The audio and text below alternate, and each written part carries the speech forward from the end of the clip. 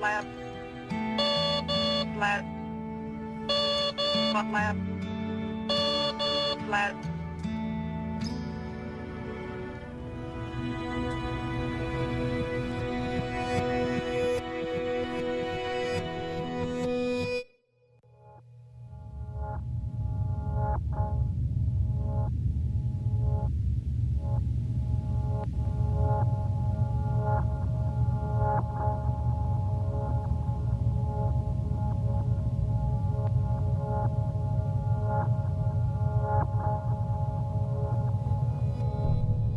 Cuando el 20 de agosto sucede esto, ¿no te destrozó la vida? Mi única hija. Es duro. La tragedia más grave de los últimos 25 años en España.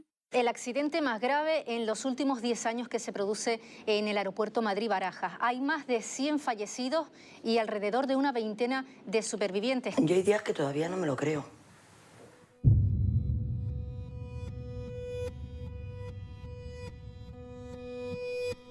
Perdí a mi hermana, a mi cuñado y a mis dos sobrinos, sus dos hijos. Una familia completa. 154 muertos, que se dice pronto. Con el corazón en un puño es difícil encontrar palabras para describir lo que sienten en estos momentos centenares de familias. No sabes nada, no sabes la cifra de fallecidos, no sabes la cifra de heridos, de supervivientes, no sabes nada. Entonces, siempre tienes la esperanza.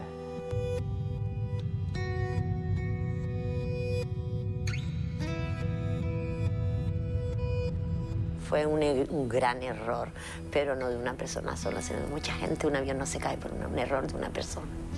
¿Se podía haber evitado? Pues sí. Yo creo que sí.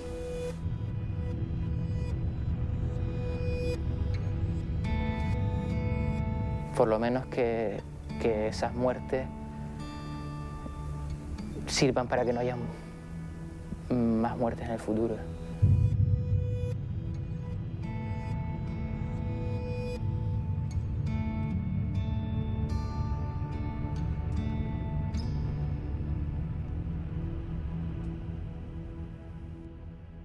Casi 3 años después del accidente de avión de Spanair, la comisión de investigación encargada de analizar las causas del siniestro hace públicas las conclusiones del informe final. Como ya he señalado, hoy la CIA hace público el informe final de la investigación que incorpora en un documento final único el resultado de todo este trabajo.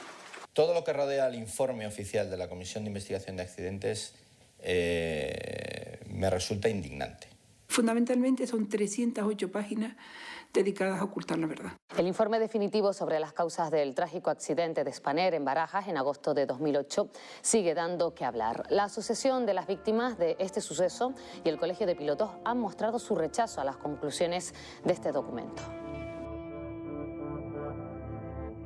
Se centra única y exclusivamente en una causa del accidente, que es el error humano. Ese informe lo que está diciendo es lo que Spanair, AENA, Boeing, Fomento quiere que se diga. Y aquí no se ha sido valiente. Y se han dejado cosas por el camino. Y no se han dejado por casualidad. Se han dejado cosas por el camino porque afectan a personas que se pueden, digamos, ver dañadas por ello.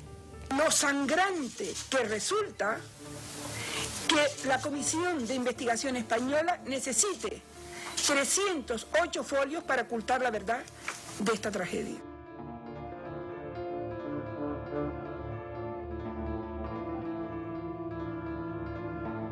Nosotros esperábamos todo menos informe. Desde luego la asociación rápidamente lo que hizo fue dos cosas, que era lo que podía hacer. Una, hacer una nota pública donde decíamos que era un rotundo fracaso institucional porque no se había aprovechado esta tragedia para extraer los conocimientos y evitar que volviera a producirse, que es el objetivo de ese informe.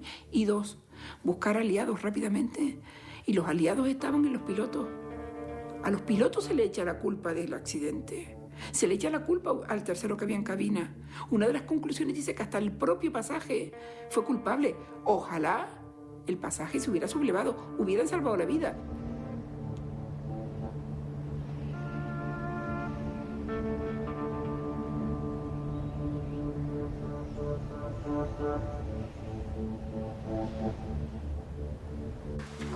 ya he señalado, hoy la CIEAC hace público el informe final de la investigación y voy a resumirles a continuación las principales recomendaciones y conclusiones que están incluidas en el informe. La investigación realizada ha determinado que el accidente se produjo porque la tripulación perdió el control del avión como consecuencia de la entrada en pérdida después del despegue por no haber configurado el avión correctamente. ¿Cómo intenta explicar unas hipótesis de por qué el avión no se levanta? Está marcando un camino ahí que es el que defiende el informe, que es echarle la culpa al muerto.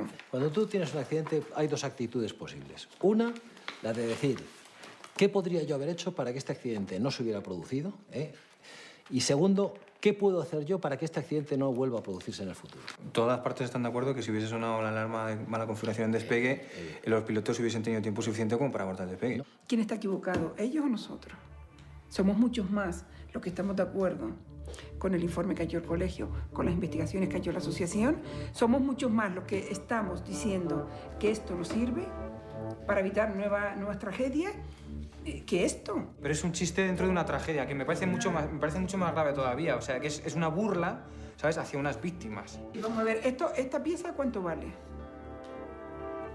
¿Esto cuánto puede costar esta pieza? 50 euros, no sé, por decir, O sea, por y por decir esto- algo dentro claro, del y por mundo de esto- la electrónica, y una por pieza de esto- temas raros. 54 personas.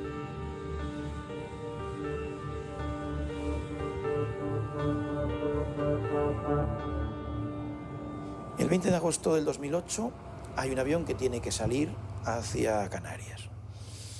Es un avión que tiene un comportamiento anómalo, porque estando ya en posición de despegue, estando ya con el pasaje embarcado, los pilotos detectan una anomalía.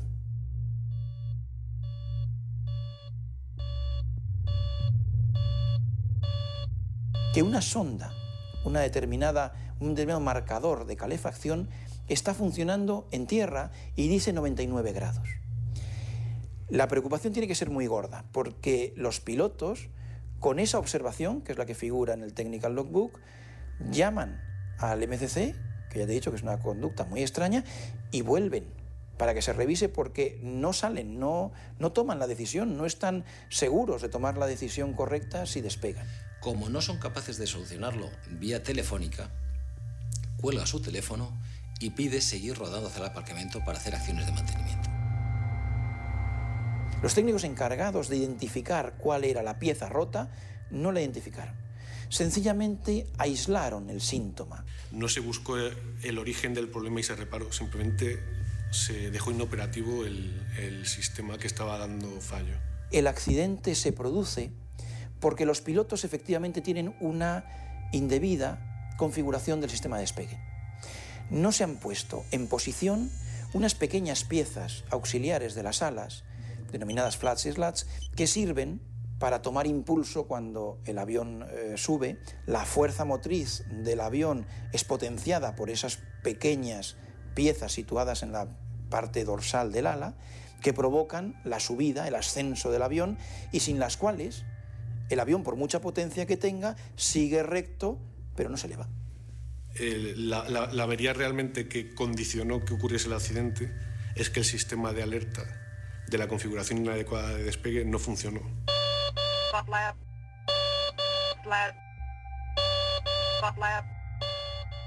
Porque si hubiese funcionado, los pilotos hubiesen advertido que estaban despegando en una configuración errónea y habrían tenido tiempo para cambiar esa configuración y evitar el accidente. Y la tripulación no era consciente de la conexión técnica que hay entre el problema que ellos detectan y el potencial problema que es que no les avise el Take-Off Warning System en caso de que no saquen los flaps. Y como tampoco tienen ningún aviso en la cabina, pues ellos efectivamente cometen el error de no sacar los flaps por una cuestión de prisas, de presión del tema de la puntualidad y de las presiones comerciales. Y cuando se van al aire, ellos no saben, ellos suponen que eso está funcionando perfectamente y que si tienen los flaps dentro les va a sonar. Como no suena nada, pues siguen para adelante. Vamos a hacer un despegue en el que los flaps no van a estar para despegue. Y vais a ver qué tipo de aviso nos da el avión. Tampoco. Como podemos ver, tenemos una luz directamente a los ojos del piloto es imposible de ignorar. Además hay un aviso acústico. En este momento ya podríamos abortar el despegue. El avión no va a volar, nos vamos a quedar en tierra porque es la alternativa más segura que tenemos. Todos estamos de acuerdo que si suena la alarma de mala configuración al despegue, se hubiese evitado el accidente. Eso está de acuerdo hasta Spanair. Hasta los propios peritos de Spanair estábamos todos de acuerdo, ¿no? Vale, la conclusión, ¿no? Entonces, lo más importante es averiguar por qué no ha sonado la alarma de mala configuración al despegue. Es lo más importante en la investigación. ¿Cuál es la conclusión de este informe? ¿Cuál es la conclusión respecto a eso? No sé por qué no ha sonado la alarma de mala configuración del despegue. Y peor todavía, no es que no sepa por qué no ha funcionado, sé que no ha funcionado y estoy seguro que no tiene nada que ver con el relé 2.5.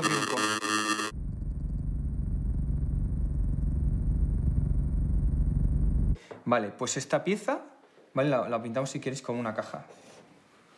¿Vale? Este sería el relé. ¿Vale? Y dentro tiene interruptorcitos como los de la casa, el de la cocina, el del baño, etcétera, ¿vale? Lo voy a pintar así, muy básico, ¿vale? Voy a pintar dos interruptorcitos que tiene esta pieza. Bueno, pues un interruptorcito, ¿vale? Va a ir a la cabina, al TOWS. ¿Vale? Este va a ser el TOWS. Al aviso de configuración. Al aviso de mala configuración de despegue para los pilotos. Y el otro interruptorcito, ¿vale? Lo voy a poner que... Esto vamos a suponer que va a la luz de la casa, al automático de la casa, ¿vale? Lo voy a poner aquí a la luz. Así se entiende, ¿no? A la calefacción del... ¿Vale? Vale, esto iría a la RAD, ¿no? Lo voy a poner así, es el calefactor de la sonda, ¿no? Lo que ocurre es, antes del accidente, en diversas ocasiones, y no continuas, en momentos intermitentes, se detecta un fallo, que es que el calefactor de la sonda RAD está calentando en momentos en los que no tiene que calentar. Es decir, con el avión en tierra. Esta es una sonda que se calienta cuando el avión está en vuelo. Y esta información al calefactor viene de un componente concreto, que es el relé R25, que lo que proporciona es a este sistema, como al sistema TOWS, la información de si el avión está en vuelo o está en tierra.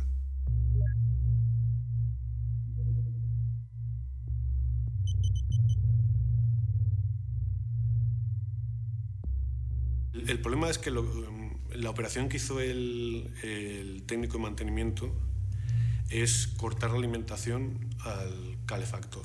No se identificó la pieza lesionada. Sencillamente aislaron el síntoma. Habría que haber ido llevando el origen de esa pieza que calefactaba hacia el motor donde surgiera la energización, el relé R25, que es la pieza que estimamos desde la asociación que está funcionando mal. Yo no puedo asegurar de una forma totalmente rotunda, con un 100% de seguridad, de que el fallo sea de este componente en el momento del accidente, pero desde luego tengo una certeza que es lo más probable. Y con más probable estoy hablando de una cifra tan próxima al 100% como 99, muchos 9%. Lo lógico es hacer, lo primero, una prueba a esta pieza. Joder, y si haces una prueba a la pieza y ya te sale que ha tenido un fallo general, pues lo adecuado es lo primero de todo, ponerlo en el informe, en sus informes oficiales. Lo primero, ponerlo, para que el resto de españoles podamos opinar sobre ello. Y la comisión de investigación llega a la conclusión de que no sabe por qué ha fallado. Y además no publica datos que demostrarían cuál es el origen del fallo.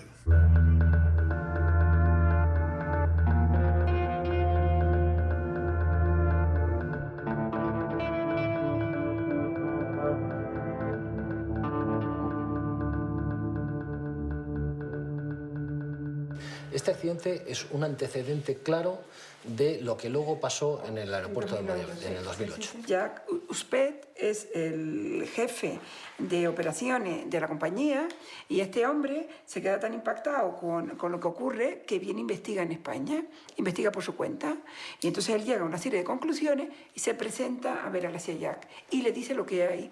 And I sent a letter on September the 8th to the NTSB stating what I had found in my investigation with our Lanzarote incident on what the problems that occurred with the pulling of the left ground control relay circuit breaker and all the things that it affected on the airplane. And the most important one was the takeoff warning system. The investigation commission could have immediately put out something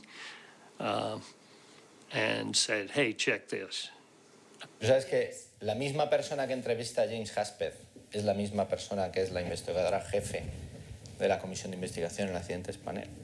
Es la misma persona. Este hombre se ve impotente de lo que investiga, venir a que los funcionarios de la CIA recojan de la casi tragedia de Lanzarote algo que evite nuevos accidentes y además detecta dónde está el problema. I went to Madrid for 2 days and I went to their offices and had an interview with some of the same people that I had seen down in Lanzarote for the initial investigation. Este titular de este periódico, de que avisé a España que podían pasarlo del MD y no hicieron nada, ¿esto va a pedirle explicaciones a alguien? Yo no sé de qué te sorprendes lo que han hecho con este hombre, si con nosotros han hecho exactamente lo mismo. Hemos ido ahí repetidas veces a decirle los problemas que había y enseñarle esta hoja suya y han pasado olímpicamente. Luego, en la ciencia de la seguridad aérea, también se conocía que ese relé estaba vinculado a otros accidentes de aviones que habían tenido unos defectuosos procesos de configuración. Luego, llegar a la conclusión de que cambiando el relé podrían haberse evitado estas disfunciones no era ni algo oculto, ni algo secreto, ni algo difícil de concebir. Something should have been said about that circuit breaker and in the investigation. If they left out this information, then I think it's an omission that they need to go back and investigate. ¿Qué pasa? Si entramos a fondo en esa cuestión, lo que queda en evidencia es la Comisión de Investigación de Accidentes. Estamos hablando de Lanzarote, pero es que en 1987 está Detroit. Un caso exactamente calcado a este nuestro. There's been a major commercial airline crash tonight near Detroit's Metropolitan Airport.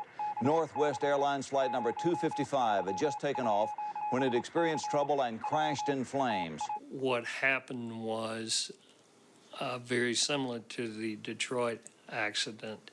The pilots failed to put the flaps and slats down. I told them it was my opinion that the circuit breaker was involved. Un accidente que es calcado de un accidente que ocurrió en el año 87 no puede cerrarse diciendo que la causa del fallo del Takeoff Warning System no se conoce. Ya entonces, desde 1987, el fabricante del avión esto lo tenía que haber corregido. Con lo cual la conclusión es que la CIA sabía perfectamente que había problemas en el diseño del Takeoff Warning System del MD y no emitió ningún tipo de alerta de seguridad.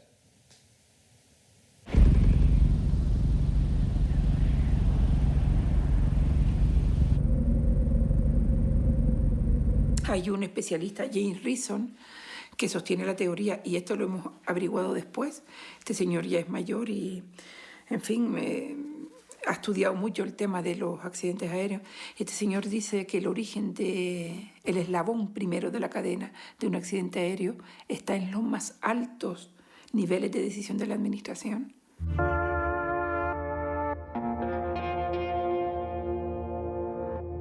Un accidente de aviación no se produce por una única causa. Habrás visto que se da la tesis que denominan del queso Gruyère, tiene que haber una alineación de agujeros. Las fallas tienen que estar en hilera. Solo cuando se produce un grupo de actuaciones incorrectas y además concurrentes todas en la misma dirección es cuando se produce el fallo. Entonces aquí estarían los pilotos, aquí estarían los técnicos de mantenimiento, el servicio de mantenimiento de Spanair, aquí estaría el fabricante, en este caso era un MD, actualmente Boeing, y aquí estaría la administración. La administración aquí, aquí y aquí. Entonces, lo que dice este informe de CIA que es que el accidente se produce solo por estas dos partes.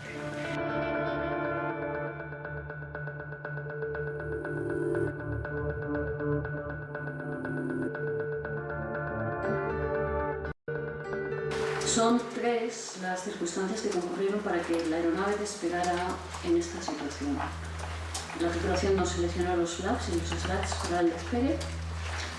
La tripulación no detectó el error en la configuración al no utilizar adecuadamente las listas de chequeo.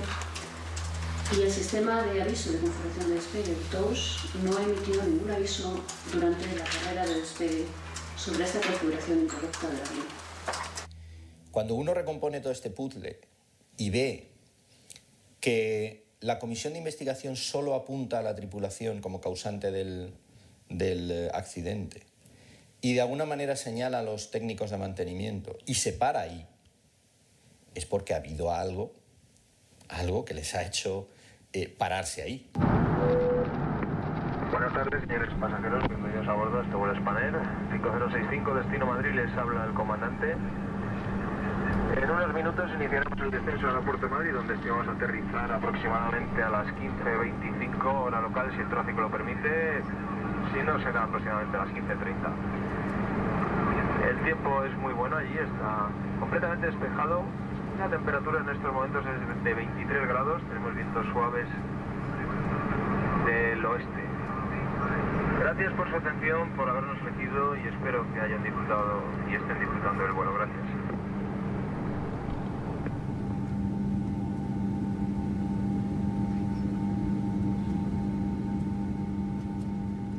No pueden hablar, no pueden hablar. Yo que imagino que habría movida, pero claro, él nunca nos reflejó la movida.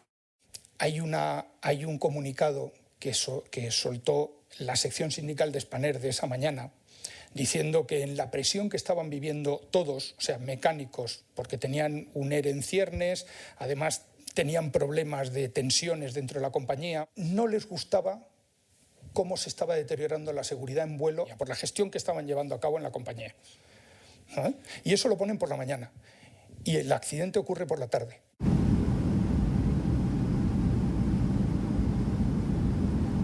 El 5 de enero de 2006 tenía asignado un avión en Jerez de la Frontera para hacer Jerez-Madrid. Ese avión presentaba una avería que había caducado y que, según los procedimientos establecidos a nivel europeo y por la propia compañía, no podía volar, salvo que la avería fuese diferente.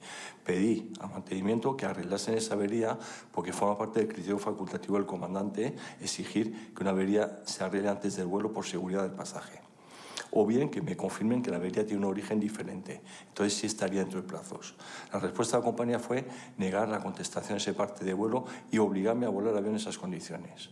Yo contesté que no podía volarlo porque no está contestado el parte de vuelo tal como requería la propia compañía que se hiciera. Entonces la respuesta fue: usted es cesado de comandante.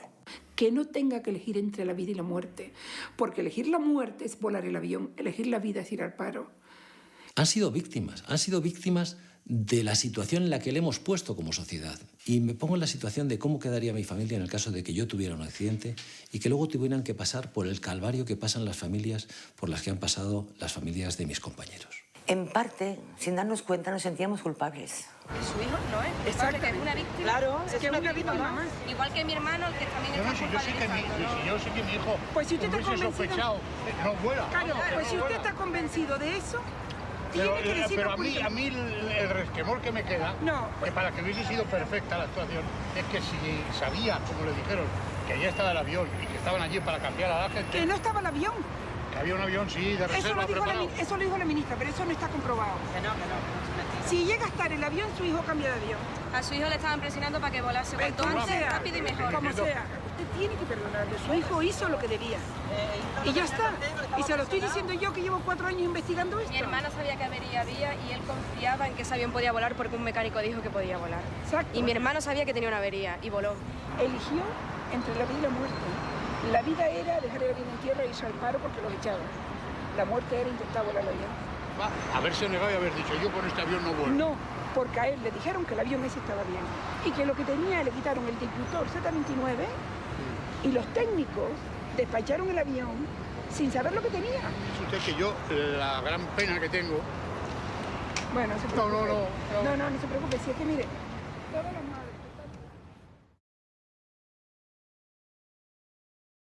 Para mí sería desde luego motivo de orgullo el haber conseguido que ese padre se dé cuenta de que su hijo era un excelente profesional y que la situación en la que se vio le desbordó, pero le desbordó porque le hemos puesto en esa situación.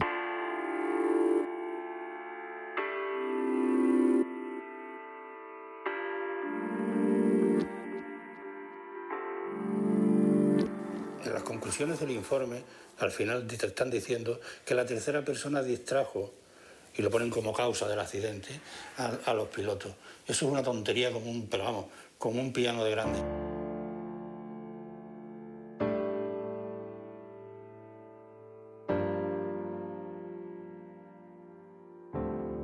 Tú fíjate que desde el primer momento todo el mundo sabía que la tercera persona, como le denominaban en el informe, era Gabriel. La pregunta es, ¿por qué la CIA lo ignora? Pues yo creo que lo oculta por una sencilla razón. Gabriel habla del relé. Y Gabriel le dice al comandante del avión, eso que te han hecho ahí es un parche, es una chapuza. ¿Cambiar relé? No, lo han quitado, tío. ¿Cómo van a quitar? ¿Te habéis puesto hielo al final?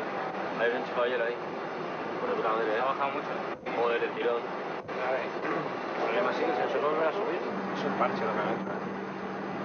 Se puede hacer así, ¿eh? Pero para ello ese con sensor para que te dé... No, para que esté dentro del límite. No, así para que se entregue mucho antes. Desgraciadamente mi hijo falleció en el accidente y falleció desde el momento en que intentan ocultarlo. Que no se sepa quién es y que no se sepa qué conocimientos tenía, porque nos puede dañar. Y me hacen ir a los juzgados de Plaza Castilla a escuchar sus últimas palabras para identificar y decir que es él, cuando eso lo sabía todo el mundo. Y no se lo habían dicho al juez que llevaba y que lleva el caso.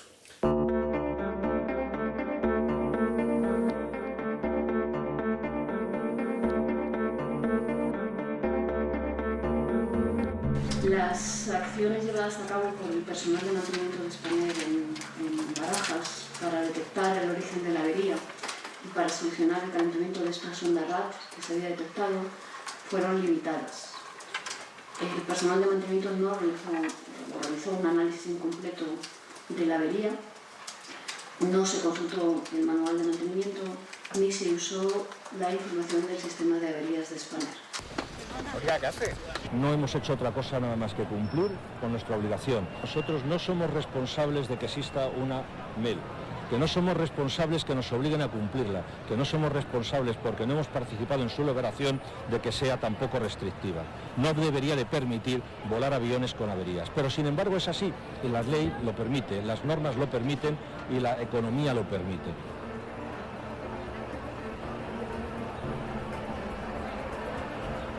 Hay unos esfuerzos desmesurados en poder demostrar que ha habido un error, cuando es mucho más fácil de ver esos errores en otros eslabones más poderosos que están por encima de nosotros. Y deberíamos de apuntar fundamentalmente hacia la Boeing.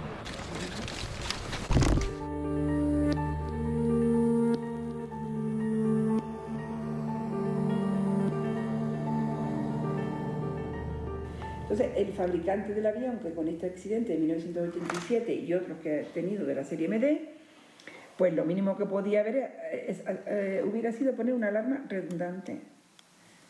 Que hay un informe pericial que dice que esto es un fallo de diseño flagrante.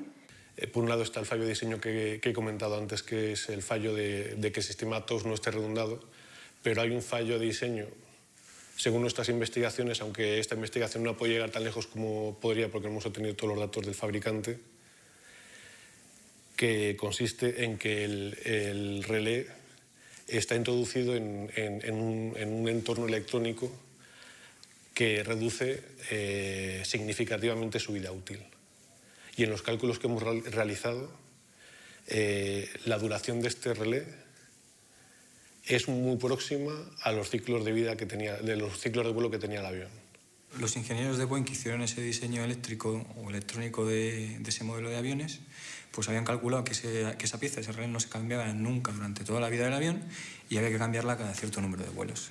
Eso es lo que no se puede demostrar fehacientemente porque se le han requerido una serie de datos eléctricos y electrónicos a Boeing durante toda la investigación a través del juez que ha estado llevando el caso, y Boeing se ha reído de la asociación y del juez.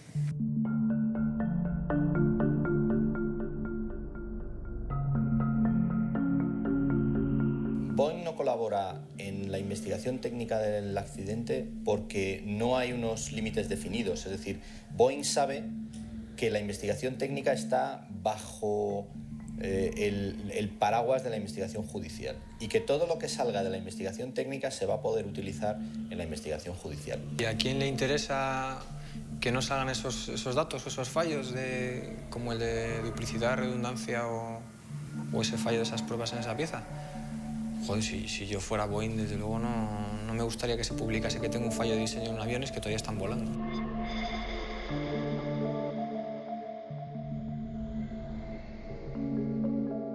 ¿Qué habría pasado si Boeing llega a aportar esos datos? Se demuestra que aparte de un fallo de duplicidad existe además otro fallo de diseño y se descubre que todos los accidentes que ha habido hasta ahora con esa serie de aviones relacionados con el fallo de alarma de despegue tienen que ver con ese fallo de diseño de Boeing. ¿Qué ocurriría? Incluso yo creo que hay algo que está todavía por encima de eso, y es qué puede ocurrir en el futuro si no se cambia el diseño.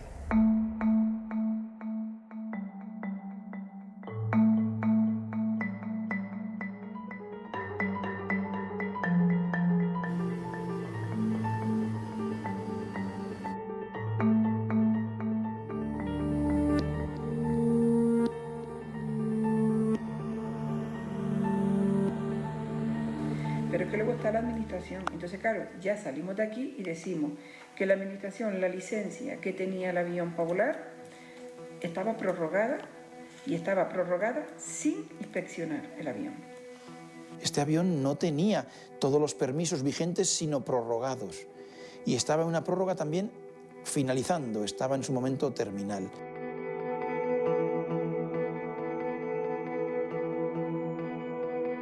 Hay una petición por parte de la compañía Aviación Civil de prorrogar un mes más el permiso certificado del avión. Y Aviación Civil se lo da y no inspecciona el avión.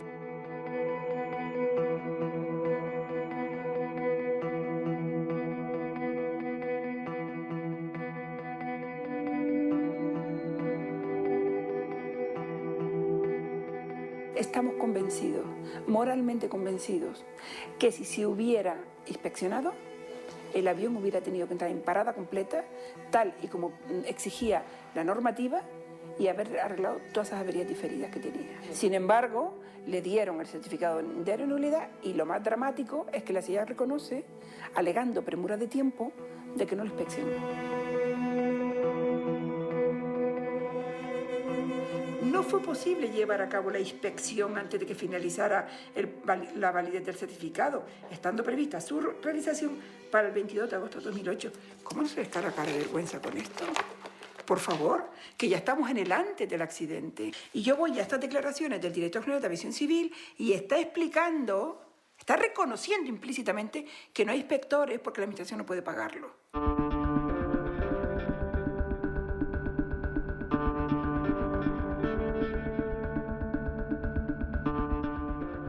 Pero es que luego venimos aquí y resulta que vuelve a estar la administración que no inspecciona los aviones. Cuando no se inspecciona correctamente, vamos a ponerlo así, vamos a decirlo así, no se siguen unos procedimientos correctamente, por ejemplo, en el caso de tripulaciones, en el caso de mantenimiento, no sé qué, no sé cuántos, todo esto. No se planifica bien el aeropuerto desde donde tiene que operar, por ejemplo, desde el punto de vista de la seguridad. Cuando todo esto se produce el caos. Entonces tenemos otro elemento, tenemos otra amenaza. Hay una falta de supervisión que lleva a la industria a prácticamente hacer lo que le conviene en cada momento, que hace muchos años no era tan problemático porque no había la competencia que hay ahora, era prácticamente monopolio y realmente las compañías se autorregulaban, ¿no? Pero en un ambiente competitivo como el que hay ahora, evidentemente las desviaciones o las posibles malas prácticas están presentes, y si no hay una autoridad potente que sea capaz de supervisarlas y de corregirlas, pues tenemos una situación que es de riesgo.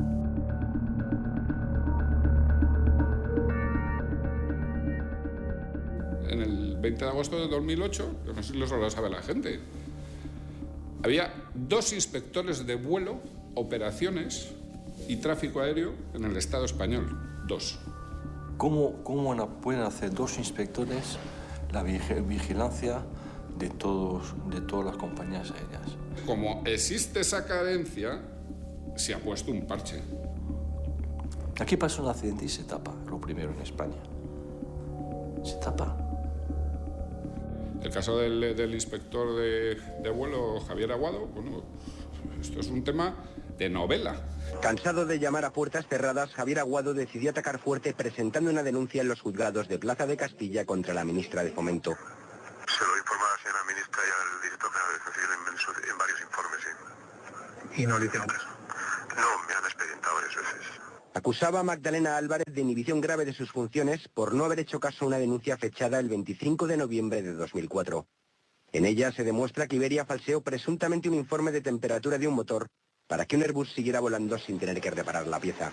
Lo hizo otras 5 veces más y la compañía no fue sancionada. Han pasado 4 años desde entonces. Javier Aguado tiene miedo y está cansado de tantas luchas. Le temo a las compañías aéreas. Tienen tal poder, tales influencias de la administración. Iberia, Europa, Spanair, ninguna compañía puede presionar a los pilotos o a los técnicos de mantenimiento o a la propia inspección del Estado por hacer su trabajo. Es una farsa.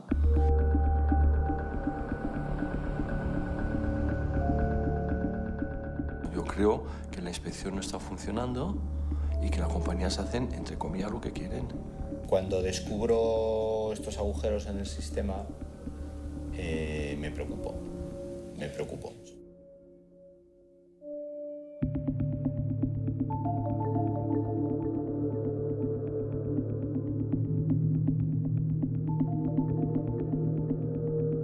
Spanair no puede hacer mal las cosas si el Estado no deja. Este avión estaba averiado. Este avión llevaba varios días averiado. Aunque los mecánicos, los técnicos de mantenimiento no lo hubiesen detectado, aunque los pilotos no lo hubiesen detectado, sí queda un registro de que ahí está fallando algo. Si está fallando durante una serie de días, ese avión hay que pararlo. Y hay una cosa que tenía que estar funcionando en el momento del accidente, que es el programa de análisis de datos de vuelo, que eso es una cosa que ya hacen todos los operadores. Y en Spanair, concretamente en la flota MD, no estaba funcionando y era requisito imprescindible. ¿Qué tiene que ver esto con el accidente? Muy sencillo. Si el relé estaba fallando, se podían haber descubierto esos días atrás en los que falló, se podía haber descubierto por parte del Departamento de Seguridad en Vuelo de Spanair y haber parado ese avión. Si la autoridad permite que Spanair siga operando con eso, sin ponerlo en marcha, no le puede conceder un permiso. ¿Considero Spanair responsable de esa tragedia?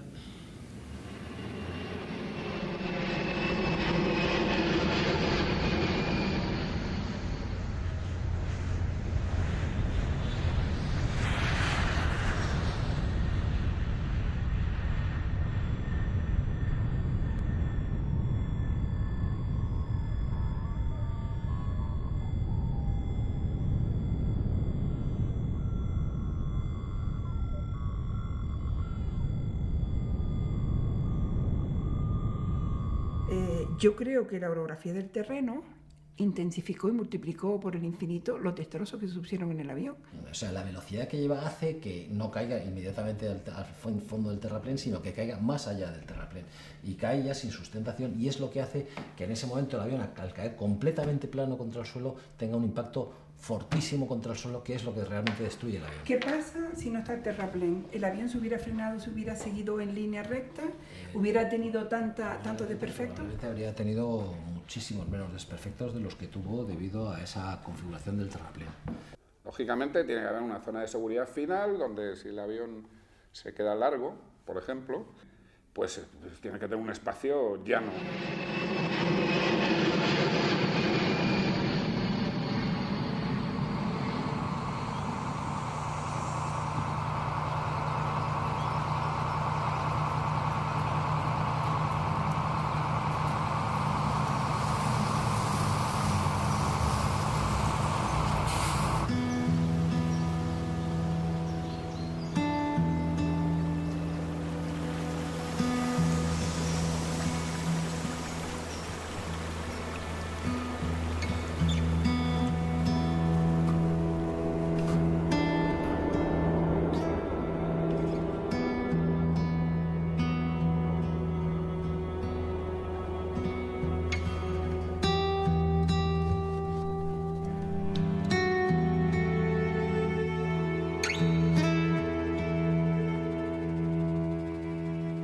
es muy difícil cambiar la mentalidad, por ejemplo, de las familias y de que piensen que los pilotos tenían la culpa, y cuando les explicas todo esto, pues ya van entrando en razones y van...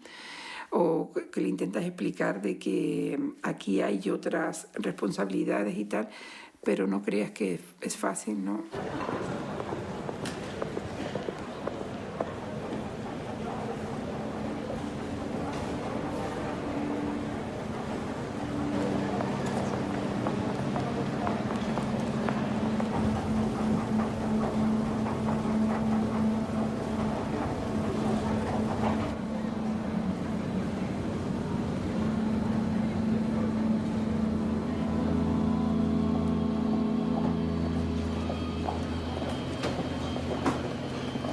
Hicimos el check-in normal y corriente.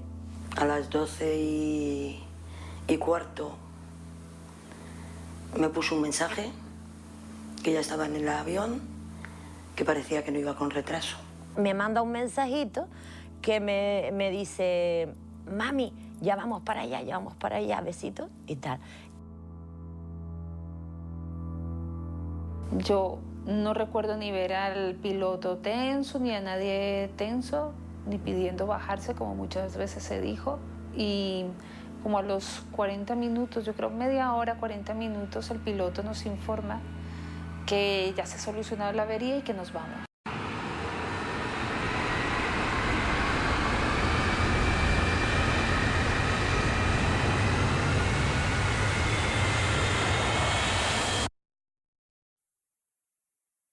Corre Iberia 6464, hay un accidente a la parte derecha de la 33 izquierda. De arriba, que está en la pista de arriba, que eso es un avión, Susana, que se acaba de estrellar un avión, me cago en Dios.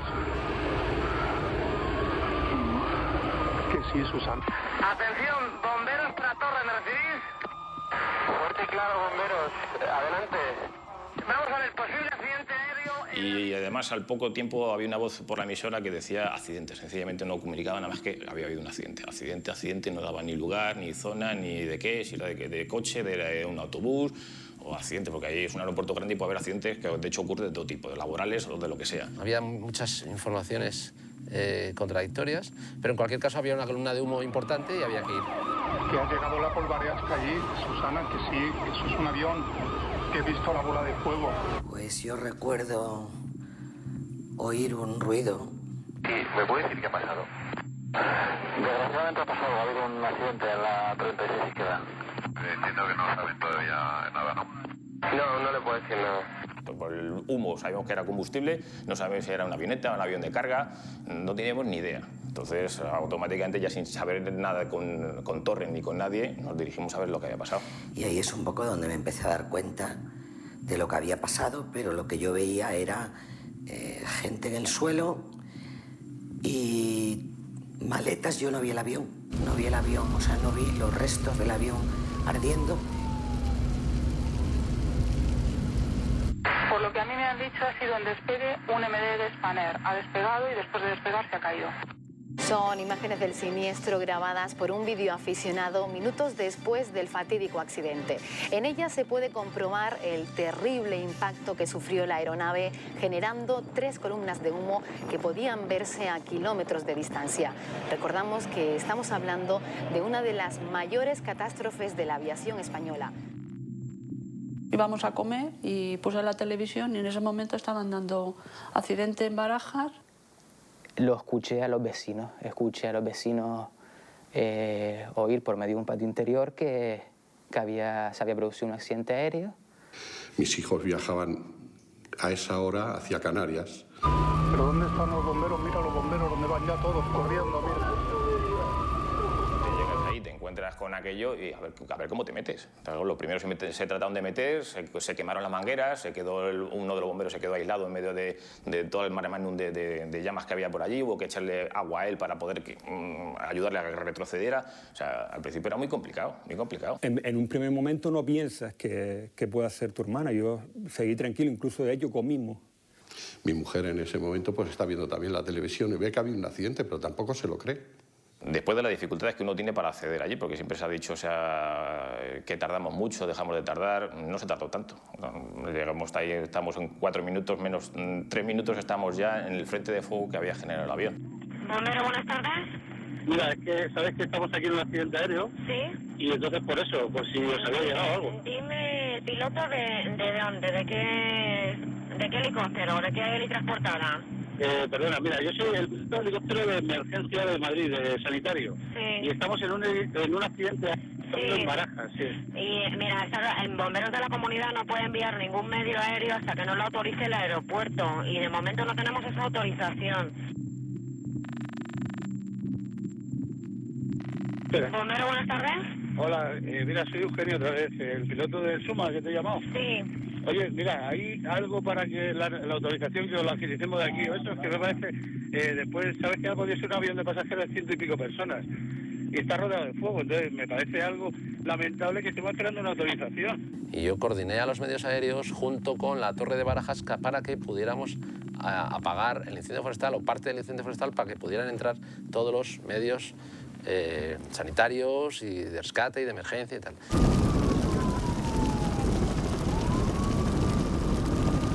Y empecé a esperar a que vinieran a buscarnos. Empecé a mirar a ver si había gente que se moviera y no veía a nadie. Y empecé a notar que cada vez respiraba peor.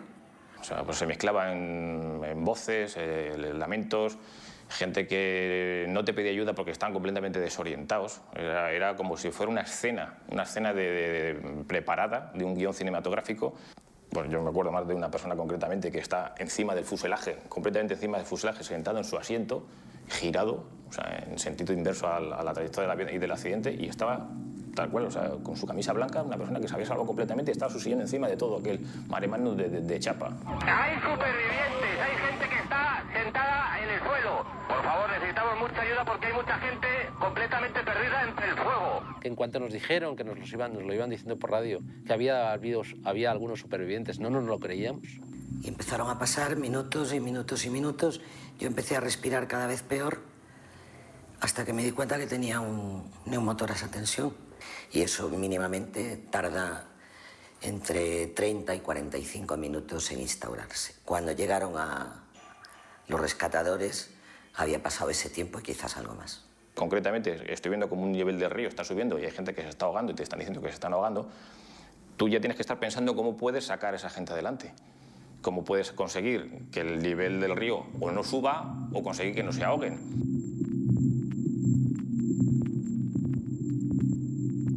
Y por otra parte está viendo la presión de los que ya no se están ahogando, pero se están quemando. La velocidad con la que tienes que hacer es muy elevada porque estás escuchando a supervivientes que te están diciendo que se están ahogando. Claro, te están ahogando, pero tú ni siquiera las ves. Sabes que están metidas entre los restos del avión, los estás escuchando, te están pidiendo a gritos que les saques. Y entonces ya, pues tú imagínate cómo se te pone ya el corazón, porque claro, de la celeridad, de las decisiones que tú tomes, depende la vida de esa gente. Y vimos como pues, un cadáver se tapaba con una manta en una zona apartada, y luego dos, y otro, y otro, y otro, y otro. Si nosotros hubiéramos llegado un poquito antes, quizás un poquito antes hubiéramos apagado el incendio forestal o parte del incendio forestal. Miguel, cuando hay una ambulancia, por favor, que venga a mi camión que tengo un niño metido dentro. Por mucho que vayan por la pista, no van a llegar nunca a la acción, te van a dar la vuelta, van a perder tiempo. Yo creo que la actuación de los bomberos, y es una opinión personal, después de haber visto todo lo que he visto, creo que fue impecable. Claro, porque es que aquí hay que diferenciar. ¿Llegaron pronto los bomberos? Por supuesto. En segundos estaban los bomberos. ¿Apagaron el fuego para hacer la operativa? Por supuesto. Pero es que el aeropuerto es un recinto cerrado. Allí no entra cualquiera. Y recursos hay muchísimos en la entrada del aeropuerto, pero alguien tiene que abrir la puerta, alguien tiene que dirigirlo. El aeropuerto es muy grande. Donde cae el avión es un sitio que hay una columna de humo, pero que no lo identifican en una primera instancia. Entonces, todos sus recursos estuvieron mal gestionados, y estuvo mal gestionado por la persona que era responsable de dirigir la orquesta para que los instrumentos funcionaran bien. ¿Por qué el controlador no ve cómo el avión se estrella dentro del recinto aeroportuario? Pues porque el avión ya está en el aire. El avión ha despegado y el avión ha levantado las ruedas de tierra, y lo que hay que hacer a partir de ese momento es mirar los aviones que vienen por detrás de él. Ese avión ya se considera en el aire. Con ese avión lo que hay que hacer es esperar un tiempo prudencial y 30 segundos después del accidente hubiera sido transferido a una frecuencia de radar. No hubiera estado más en el área de responsabilidad del controlador de torre. Hay vídeos brutales donde se ven los medios de emergencia parados y pasan los minutos y pasan los segundos. Y pasa el tiempo y la gente, sabes, que está pues, llorando, es gente que está pidiendo ayuda y gente que se está muriendo.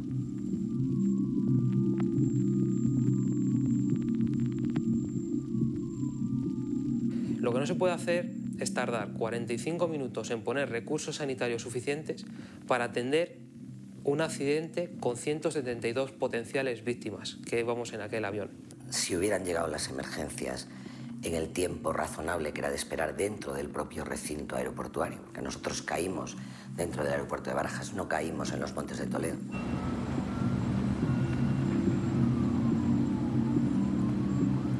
Cuando tú antes prestes asistencia sanitaria, más posibilidades tienes de salvar a una persona. Que el tiempo es vida. Entonces lo que quiero manifestar y quiero incluso gritar a voz, con toda la voz que me salga del cuerpo, es que si hubieran llegado las emergencias más pronto, hubiera habido más sobrevivientes.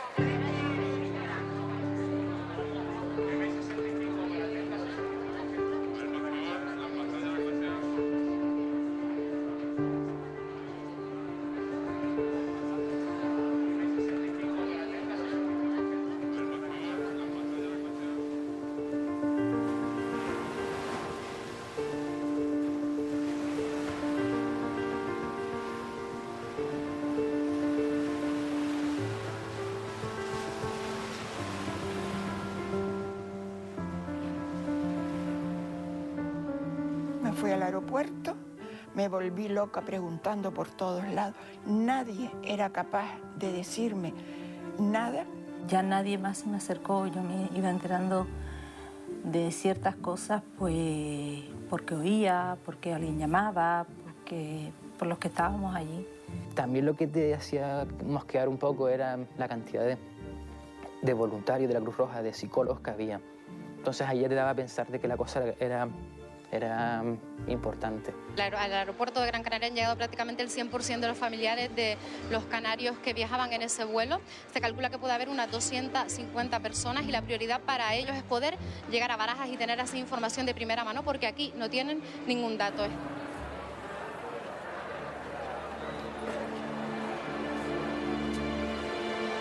Decido irme a Barajas y llego a la Terminal 2 y según estoy llegado a la de 2 estaban subiendo a un autocar a gente para trasladarlo a la Terminal 4.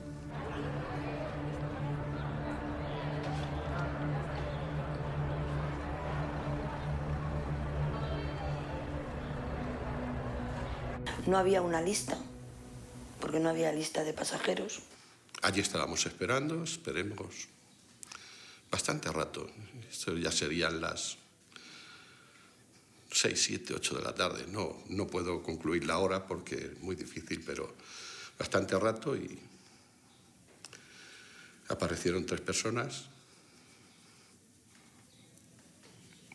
Y aquellas personas dieron los nombres de los supervivientes, según ellos, y se le preguntó por varias personas. Y los demás han fallecido. Entonces, allí nos quedamos en un caos tremendo. Hubo personas, porque aquel local donde nos metieron era muy pequeño, estábamos muy apretados y como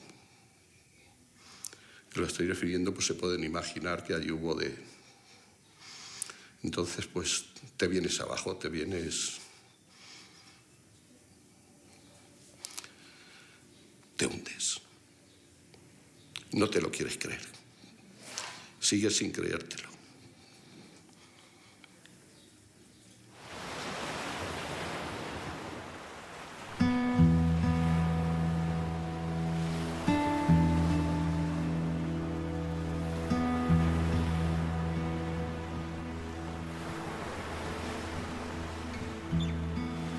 Nos dice que es el vuelo que él nunca hubiera querido hacer. Y recuerdo las palabras del piloto, todos los que estamos aquí dentro hemos perdido a alguien.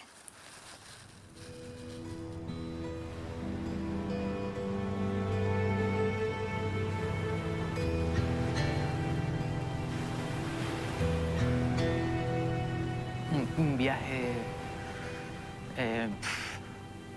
extraño, muy silencioso el avión, miradas perdidas, no sé. Pero cuando realmente la gente, digamos que ya se despierta de un dulce sueño en el que espera, dice, oye, estarán vivos nuestros familiares, es cuando nombran, cuando nos dicen, vamos a tomar tierra en el aeropuerto de Madrid-Barajas, no se me olvidarán las palabras, y allí les pondremos unos autobuses que los llevarán a IFEMA. Cuando nombra la palabra IFEMA, está ya todo el avión. Dice, no puede ser, claro, porque IFEMA estaba reciente, estaba muy reciente, el 11 de marzo. Recuerdo llegar a IFEMA, aún nadie nos había dicho nada, las únicas palabras fueron las del piloto, y bueno,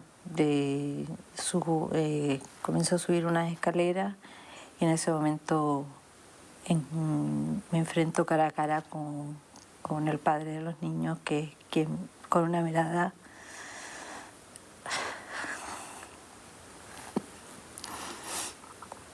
me indica que no están.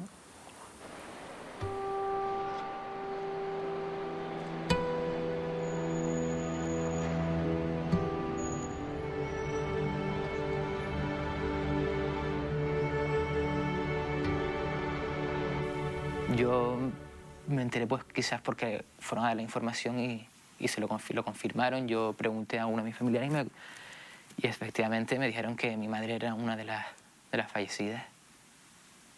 Estaba esperando que Ana apareciera, ¿sabes? Entonces no... Los demás sí, a lo mejor, yo no lo sé, los demás no sé, yo fui a buscar a mi hija. Mucho jaleo, mucha calor, mucha gente que va y viene, desconsuelo. Yo era un 20 de agosto y tenía frío. Tenía frío, estaba raspada con una manta.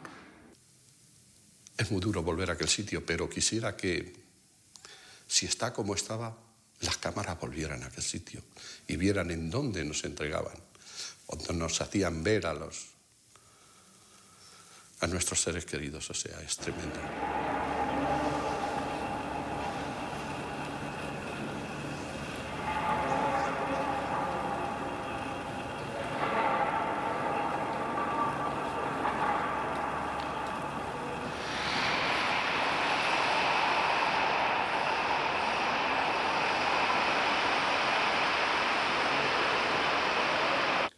Cuando yo fui a IFEMA a intentar agilizar el encontrar a mi hijo, fue cuando me di cuenta del caos tan enorme que había allí.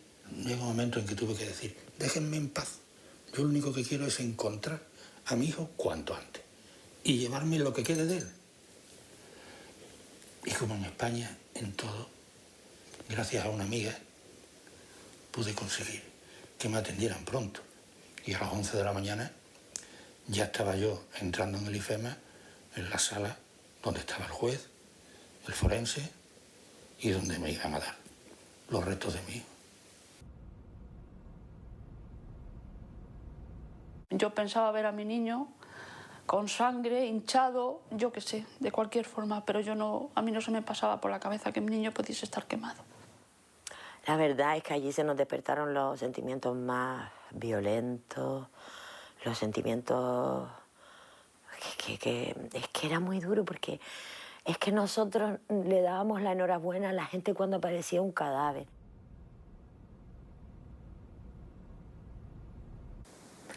Me lo han quitado todo porque era todo para mí. Pero bueno, seguramente me servirá para ser más fuerte esta vivencia. Es que yo no sé vivir sin mi hijo, ya está. Y todo supuestamente por un relé, por una pieza que no vale una mierda.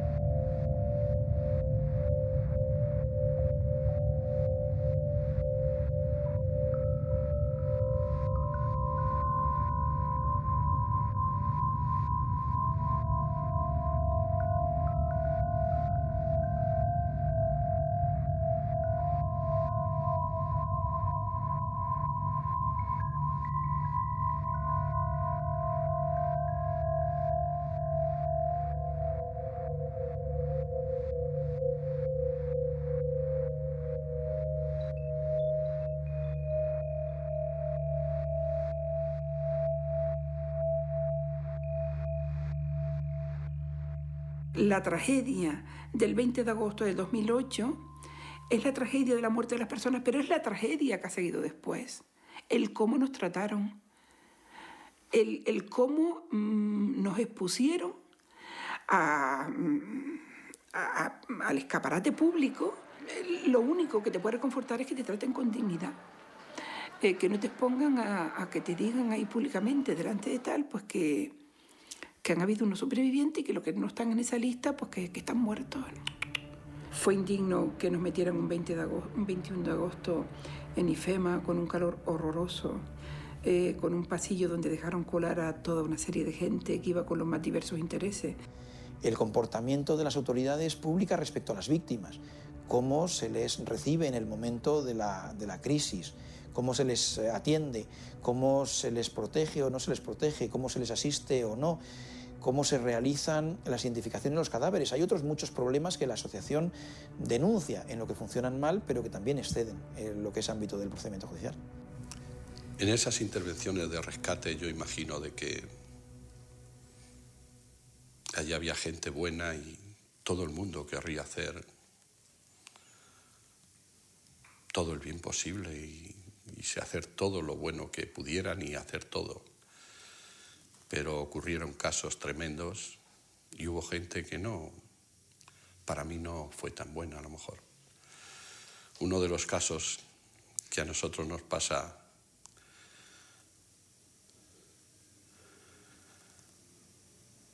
al año de pasar esto ya empezamos a mirar, pasemos el primer año fatal, empezamos a mirar cosas, empezamos a mirar y en unos extractos de cuenta una cuenta de una empresa que tiene mi hija, pues nos damos cuenta de que nos hacen 2 transferencias, entre las 2 sumarán unos 5.900 euros, pues 2 meses después del accidente. Alguien ha debido de cogerles la cartera a mis hijos para hacer esas transferencias. He puesto una denuncia en donde dice a quién ha ido esa transferencia y 4 años, 3 años después, 4 que va a hacer ahora, todavía no tengo respuesta de esa denuncia y quisiera que me dieran. Eso está en el juzgado número 11. Las alianzas tampoco han aparecido. Estos son unas fotos. Esto es el 21 de agosto, el pabellón número 8 de IFEMA. Aquí hay un ejército de personas, ninguna familia, esta información está contrastada. Y aquí están los cadáveres de las personas que iban en el avión. Y toda esta gente que no tenía nada que ver con esta, nosotros nos dejaron enterar. Y esta gente estaba aquí violentando la intimidad y la dignidad de todas estas personas. Yo desde luego denuncio que esto para las familias fue tremendo, porque en nombre de la libertad de prensa aquel día también se nos quitó la dignidad. ¿Te refieres a que se saquen ese tipo de fotos? Sí. Y este informe de la CIEJAC también tenía que haber evitado que esto se produjera.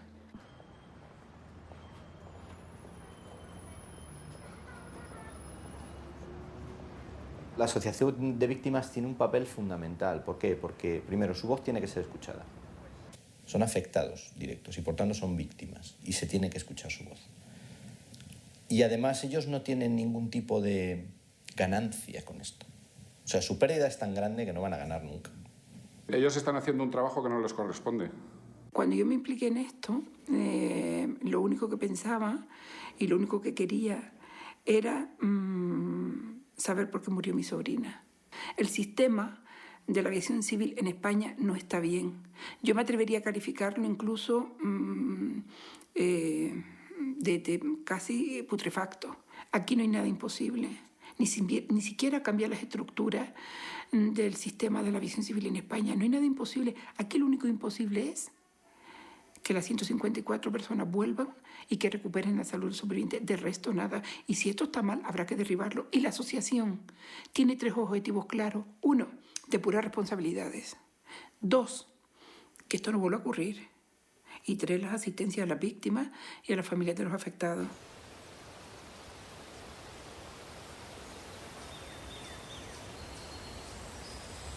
Aquí hay muchos padres y muchas madres que lo han perdido todo y esa gente se merece que le den, que le serenen el alma para que puedan seguir viviendo lo que les reste de vida.